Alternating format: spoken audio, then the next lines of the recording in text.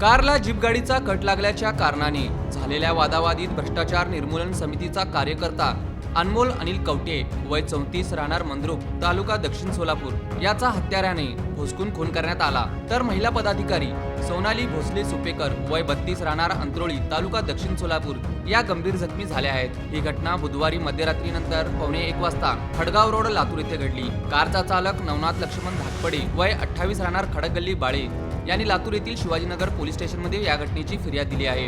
यातील मृत अनमोल केवटे आणि सोनाली भोसले हे बुधवारी अखिल भारतीय भ्रष्टाचार निर्मूलन संघर्ष समितीच्या लातूर येथील बैठकीसाठी गेले होते। सोनाली भोसले यांना संघटनेचे पद देण्याबाबत त्यांची पदाधिकाऱ्यांशी चर्चा झाली। पद देण्यास त्यांनी नकार दिल्यानंतर जेवण करून ते रात्री सोलापूरच्या दिशेने निघाले। 5 नंबर चौक खडगाव रोडने औसाकडे येताना जीप क्रमांक MS26 V 2356 ओव्हरटेक करताना कट लागला। चालकाने शिवी दिली, त्याला अनमोल केवटे यांनीही दमबाजी केली। पुढे काही अंतरावर जाऊन जीप रस्त्याच्या आडवी केली। केवटे व सोनाली भोसले गाडीतून खाली उतरले। विष्णू नामक इसमाशी बाचाबाची शिवीगाळ झाली। दोघात झटापट झाली। दुसरा इसम गाडीतून उतरला आणि त्याने अनमोल केवटे यांच्या गळ्यात चाकूने आरपार भोसकले। समोरून 2 वेळा गळ्यावर तर 2 वेळा पोटावर चाकूने भोसकले। केवटे यांच्या चालकाने घटनेची फिर्याद दिली आहे।